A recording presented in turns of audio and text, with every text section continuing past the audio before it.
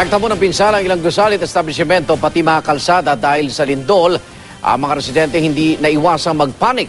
Panawagan naman ng Malacanang sa mga apektado manatiling mahinahon pero alerto. Nakatutok si Tricia Zafra. Sa mga larawang ito mula sa Facebook page na Hulagway ug Kasikas sa Dumaguete, kitang-kita ang pinsalang iniwan ng lindol. Nagkabitak-bitak ang mga kalsada. Hindi rin nakaligtas ang mga gusali at establishmento. Sa palengking ito sa Tanhay, nasira ang ilang tindahan. Nagkalat ang mga kahon, natumba ang refrigerator, nahati at bahagyang umangat ang sementadong daan, gaya ng kalsadang ito na nagkaroon ng mga pahalang na pagbuka. Halos bumigay naman ang gusaling ito sa pinsalang tinamo, nadamay maging ang motorsiklong itong nakapark lang sa daan. Sa lakas ng pagyanig, nagtumbahan ang mga case ng soft drinks na ito at nagkabasag-basag ang mga bote. Ang ilang sasakyan naman, nahulog at halos lumubog sa gilid ng kalsada. Kita naman sa larawang ito na umaakyat sa mas mataas na lugar ang mga taong ito. Dama rin ang pagyanig sa Iloilo City.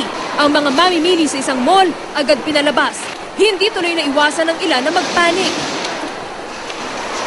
Ang daloy ng trapiko nagkabuhol-buhol dahil sa pagbuhos ng tao sa kalsada. Ganito rin halos ang eksena sa Cebu. Kita ang pagtakbuhan ng mga residente na nangamba dahil daw sa banta ng tsunami. May nagpakalat daw kasi ng balitang tumaas na ang tubig dagat doon. Ayon sa PHIVOX, magnitude 6.9 ang yumanig na lindol bago magtanghali kanina. Ang sentro nito naitala ilang kilometro mula sa Tayasan, Negros Oriental. Pero pinakaramdam ang hagupit nito sa lungsod ng Dumaguete. Ang pagyanig naramdaman mula Luzon, Visayas hanggang Mindanao. Partikular na sa Albay, Negros Occidental, Capiz, Iloilo, Antique, Aklan, Cebu, Agusan del Norte at Cagayan de Oro.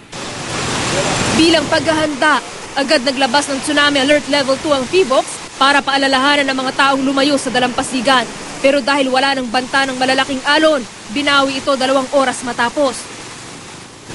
Ang palasyo, patuloy raw tinututukan ang mga update kaugnay sa lindol. Panawagan ito sa mga apektadong residente, makipag-ugnayan sa kanilang lokal na opisyal, manatiling mahinahon pero alerto.